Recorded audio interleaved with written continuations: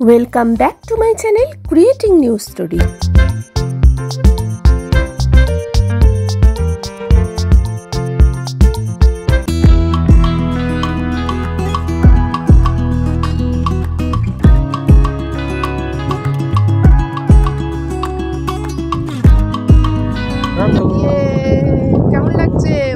আগের পর্ব দুটোতে সিমলা এক্সপ্লোর করার পর আজ যাচ্ছি মানালির দিকে। যেহেতু লং জার্নি তাই ভোরবেলা বেরিয়ে পড়েছিলাম। সো সকালবেলায় ব্রেকফাস্টের জন্য একটা ধাবাতে দাঁড়ালো আমাদের গাড়ি, যেখান থেকে আমার সবার আগে চোখ গেল এই ল্যান্ডস্কেপটার দিকে। কি অপূর্ব না! ঘুম জড়ানো চোখে ব্রেকফাস্ট করেই সবাই মানালি যাওয়ার এক্সাইটমেন্টে ঘুমকে এক প্রকার বধ করে উঠে পড়লাম গাড়িতে, আর চোখ গেল বাইরের প্রাকৃতিক দৃশ্যের দিকে।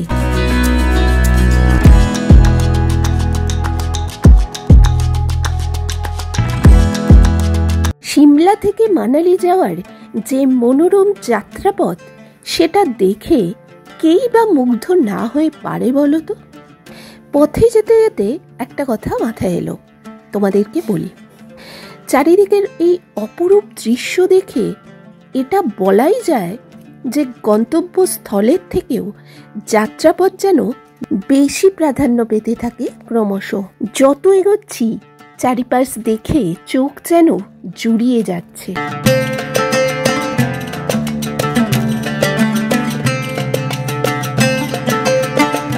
এত সুন্দর মনোরম পরিবেশে নাচে গানে মাতোয়ারা হয়ে উঠল আমাদের সহযাত্রীরা।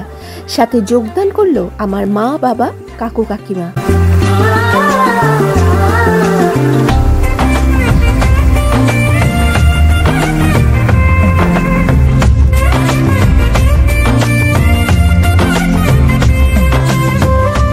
পাহাড়ে এসে এভাবে যদি আনন্দের বহিঃপ্রকাশ হয় তাহলে আর কি চাই। তো যাই হোক, নাচতে নাচতে আবার আমরা গাড়িতে চেপে পড়লাম। গাড়িও ছেড়ে দিল। গাড়ি ছাড়ার সাথে সাথে চোখে পড়লো সাদা কালো ইউনিফর্ম পরে গোট বাহিনী যেন প্যারেড করতে নেমেছে রাস্তায়।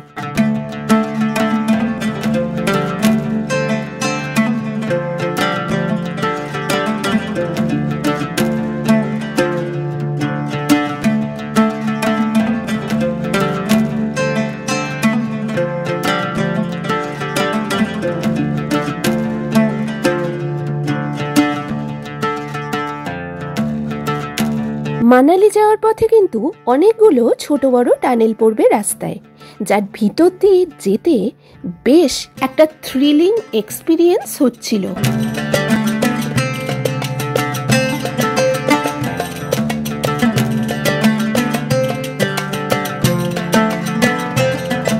এক একটা করে টানেল পেরোচ্ছি, আর চারিদিকের দৃশ্যপট যেন নতুন ভাবে ধরা দিচ্ছিল আমাদের কাছে প্রতি মুহূর্তে।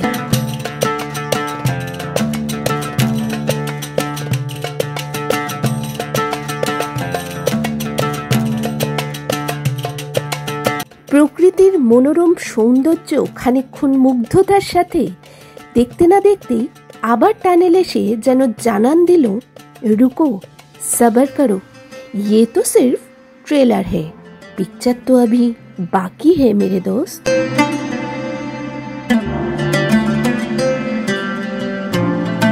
না, এবার আর কোনো কথা নয়, চুপচাপ তুমি আর আমি শুধু প্রকৃতিকে অনুভব করি।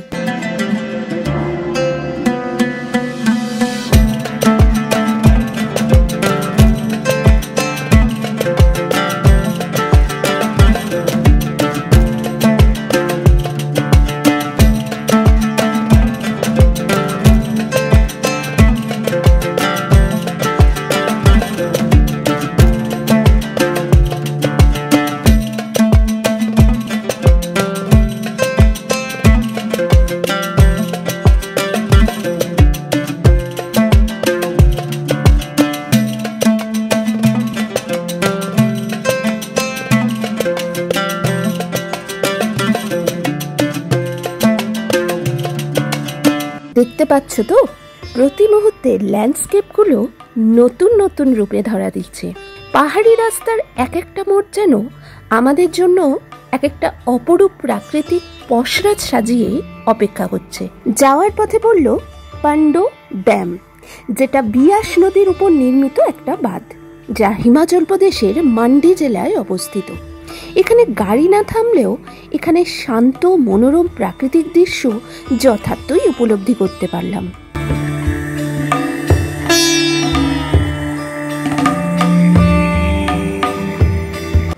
বিয়াস নদীকে পাশে নিয়ে রাস্তা দিয়ে ছুটে চলল আমাদের গাড়ি।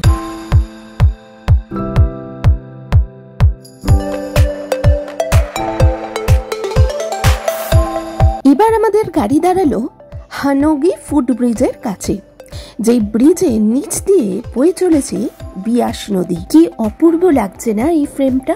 বিয়াস নদীর এই বিরল সৌন্দর্য সম্পর্কে কোনো আইডিয়াই ছিল না। তোমাদেরকে আমি সাজেস্ট করব, মানালি যাওয়ার পথে অবশ্যই এই হানোগি ফুটব্রিজের সামনে গাড়ি থেকে নেমে ফুটব্রিজটাতে গিয়ে এই সৌন্দর্যটা চাক্ষুষ দেখে যেও। এখানে দুটো ব্রিজ আছে, একটা এমনি ফুটব্রিজ, এই যে এইটা নতুন তৈরি হয়েছে, আর ওইদিকে পুরানোটা আছে। এমন সুন্দর মনোরম পরিবেশে একটু ফটোশুট হবে না তা হয়?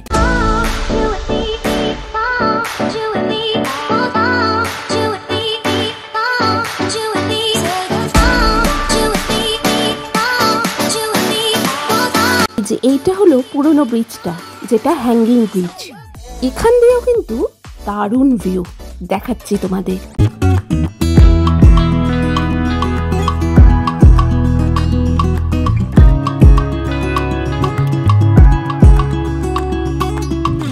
হ্যাঙ্গিং ব্রিজের উপর দিয়ে হাঁটতে একটু একটু ভয় করছিল, কারণ ব্রিজটা দুলছিল, তবুও হাঁটতে বেশ ভালো লাগছিল।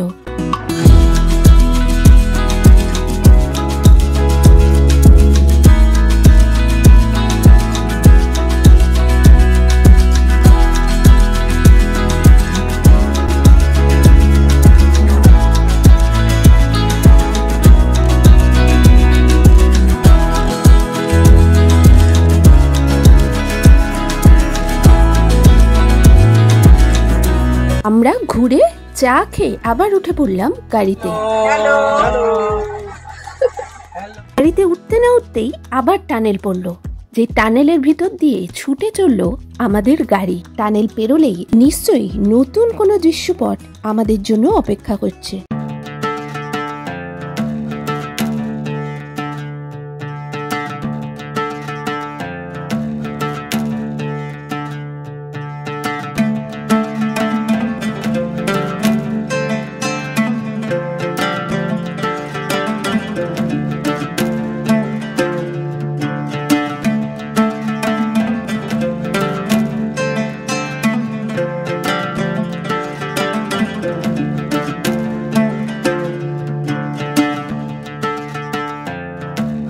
আমাদের গাড়ি গিয়ে থামলো কুলুর বৈষ্ণব দেবী টেম্পলে। মন্দির তখন বন্ধ হয়ে গেছে, তবে এটা আমরা ফেরার দিনকে অবশ্যই দেখব। তো মন্দির বন্ধ থাকায় আমরা তার অপোজিটের যে নদী ছিল সেই নদীর পাড়ে গিয়ে বসলাম। এই নদীতে কিন্তু রিভার রাফটিং এরও ব্যবস্থা আছে। নদীর পাড়ে খানিকক্ষণ সময় কাটানোর পর আবার গাড়ি রওনা দিল। এবার গাড়ি গিয়ে দাঁড়ালো এক শল ফ্যাক্টরির সামনে। আমরা অবশ্য নামিনি। যাই হোক, দীর্ঘ 12 ঘন্টার জার্নির পর অবশেষে মানালিতে হোটেলে গিয়ে পৌঁছলাম। তো রুমটা দেখিয়ে দিই। এই যে আমাদের রুম, এই যে ঢুকছি, এদিকে কাবার্ড, এইদিকে ওয়াশরুমটা একটু দেখিয়ে দিই। এই যে গিজার আছে, আর বেসিন, মিরর, এই যে ওয়েস্টার্ন টয়লেট অ্যান্ড হ্যাঙ্গিংয়ের জন্য, আর ওটা বালতি মগ, আর এইদিকে মিরর আছে, ঘরের মিরর এটা। নিচে ড্রেসিং টেবিল আছে, একটা টুল আছে, এদিকে টেবিল আছে যেখানে বসে খাওয়া যেতে পারে, এই যে পর্দা। আর এই হচ্ছে একটা কিং সাইজ বেড, যেখানে 2 জন, খুব বেশি হলে 3 জনও আরামসে শুয়ে পড়তে পারবে। আর এইদিকে আবার একটা সিঙ্গেল বেড রয়েছে। বেডের পাশেই পর্দা রয়েছে, কিন্তু রাত হয়ে যাওয়ার বাইরের ভিউ দেখাতে পারলাম না। আর এইদিকে দেখো একটা চেয়ার, আর এইদিকে টিভি। এইদিকে ঘরের সাথে অ্যাটাচড একটা বারান্দা রয়েছে। এই যে দেখে নাও, বারান্দাটাও বেশ স্পেশিয়াস।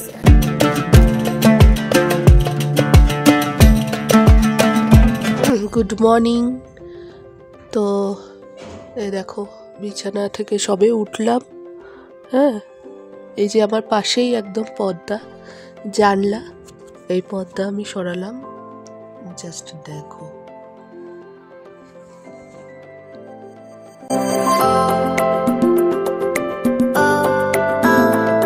সকালবেলা ঘুম থেকে উঠেই এমন ভিউ দেখে মন আনন্দে ভরে উঠল।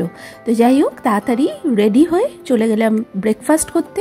ব্রেকফাস্ট করে তারপর গাড়ির জন্য ওয়েট করতে থাকলাম। তো ততক্ষণের জন্য রইল আমাদের হোটেল থেকে একদম সামনের ভিউটা তোমাদের জন্য। একদম পুরো সামনেই বরফের পুরো রেঞ্জ।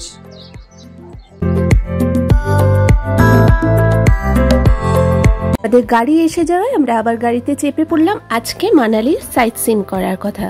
প্রথমে যাব বশিষ্ঠমণি টেম্পলে। তো যাওয়ার পথের এই যাত্রাপথটা তোমরা জাস্ট ফিল করো।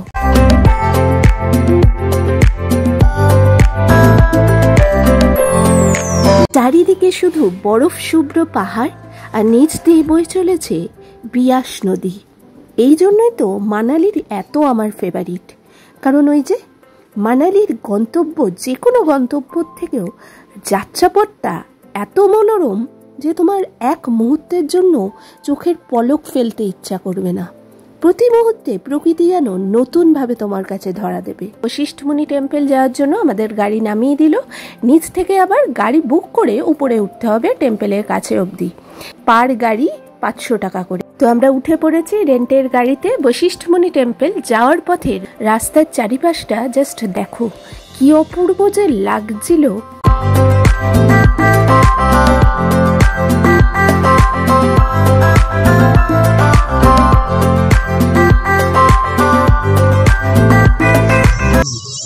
उसी के नाम से गांव का नाम वशिष्ठ पड़ा है।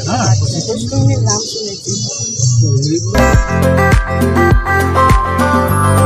গাড়ি আমাদের ছেড়ে দিল টেম্পলের একটু আগে, যেখান থেকে ছোট ছোট প্রচুর দোকান ছিল এবং জিনিসগুলো দারুণ ছিল। মানে দেখেই মনে হচ্ছিল কিছু একটা কিনি। তো অবশেষে যেমন ভাবা তেমনি কাজ, এই যে কিনে নিলাম। কি কিনলাম না সেটা তো বলবো না। যারা কম দামে পুষ্টিকর জিনিস কিনতে পছন্দ করো তাদের জন্য এই জায়গাটা একদম পারফেক্ট। জিনিসগুলো বেশ ভালো আর দামও রিজনেবল। বশিষ্ঠমণি টেম্পলে যাচ্ছি সবাই মিলে। গাড়ি করে যেতে হবে। গাড়ি এতটা নিজস্ব গাড়ি যেটা সেটা এতটা আসবে না। এখানে আলাদা গাড়ি আছে, সেই গাড়ি করে 500 রুপিস একজন হোক দুজন হোক যতজনই হোক 500 করে দিতে হবে। তো আমরা একটা গাড়িতেই মোটামুটি 5 জন অ্যাডজাস্ট করে চলে এসেছি। 500 আপ ডাউন।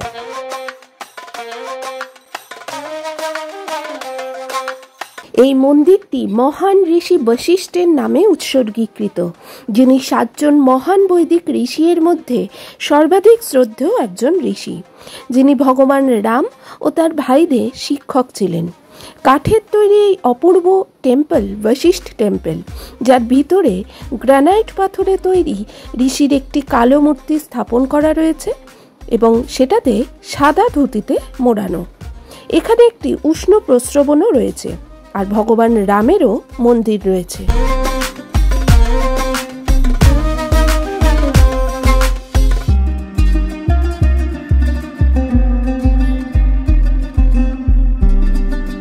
তো আমরা মন্দির ঘুরে চলে এলাম একটা চায়ের দোকানে, যে সবাই মিলে বসেছি চা খাবো বলে।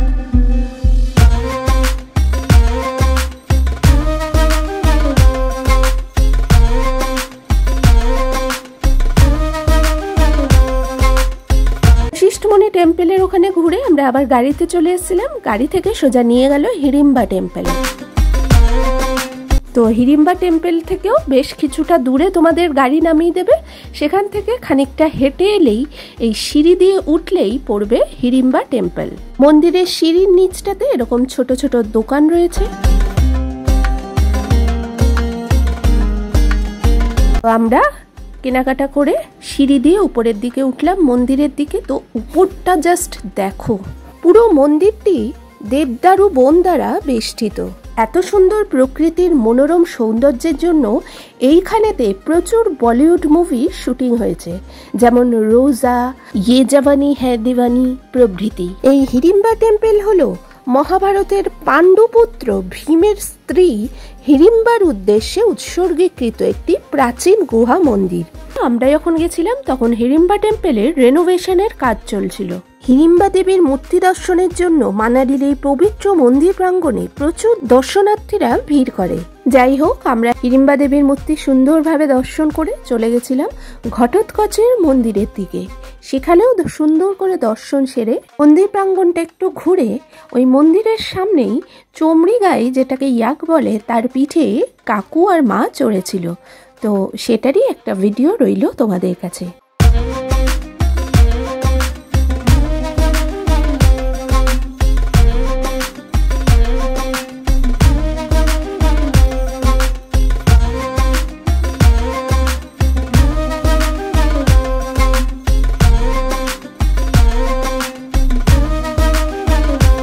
একটা দোকান থেকে একটু খাওয়া দাওয়া করে আবার গাড়িতে রওনা হয়েছিলাম।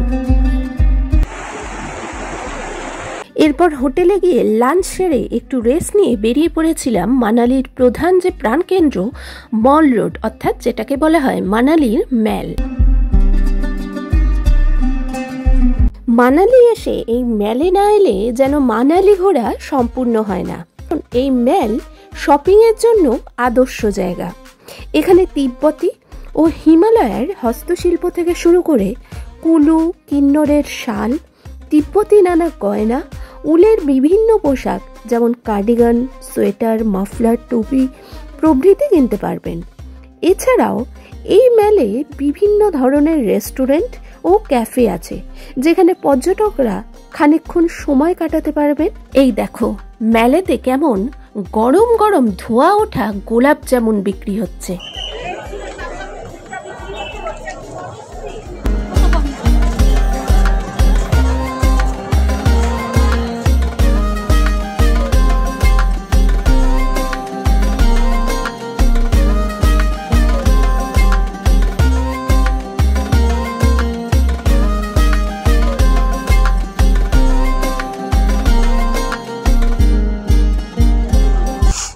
এই যে মল রোড থেকে বেরিয়ে যাচ্ছি আমরা।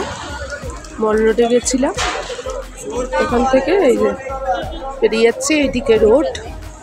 দেখলে মল রোডে গেছিলাম মানালির, বেশ বড়, এবং আমরা প্রচুর শপিং করেছি। এই কার্ডিগানটাও আমি কিনে নিয়েছি, এত ভালো লেগেছে আমার। তো মানে মাও টুকটাক কেনাকাটা করেছে, কাকিমা কাকু সবাই। তো we are very happy. And আজকে মানালির সেকেন্ড ডে হয়ে গেল। আবার কালকে আমরা যাব কোথায়? শিশু স্নো পয়েন্ট, আরও অনেক জায়গায়, সোলাং ভ্যালি, অটল টানেল মোস্ট প্রবাবলি কালকে নিয়ে যাবে। তো দেখা যাক, কালকের পর্বগুলো আরও মানে ভালো হতে চলেছে। তো তার জন্য চোখ রাখতে হবে। শেষ অবধি ভিডিওটা দেখতে থাকো। নেক্সট ডে আমরা সকাল সকাল বেরিয়ে গেছিলাম দুর্দান্ত সব জায়গা এক্সপ্লোর করব বলে। অটল টানেল, যেটা অনেক বড় একটা টানেল, সেইটা দিয়ে গিয়ে শিশু স্নো পয়েন্ট, সোলাং ভ্যালি সব গেছিলাম। প্রচুর প্রচুর বরফ পেয়েছিলাম। সেই সব কিছু আসবে আমার পরবর্তী পর্বে। তার জন্য তো ধৈর্য ধরে আমার চ্যানেলটার দিকে চোখ রাখতে হবে। কথা দিচ্ছি, পরের পর্বে অবশ্যই স্নো পয়েন্ট তোমাদের দেখাবই। যারা এখন আমার এই ভিডিওটা দেখছো, তাদের মধ্যে কেউ কি আমার চ্যানেলটা এখনো সাবস্ক্রাইব না করে বসে আছো? কি করছো? তাড়াতাড়ি সাবস্ক্রাইব করে দাও আমার চ্যানেলটা। আর ভিডিওটা ভালো লাগলে অবশ্যই লাইক, কমেন্ট আর শেয়ার করতে ভুলো না। Thank you.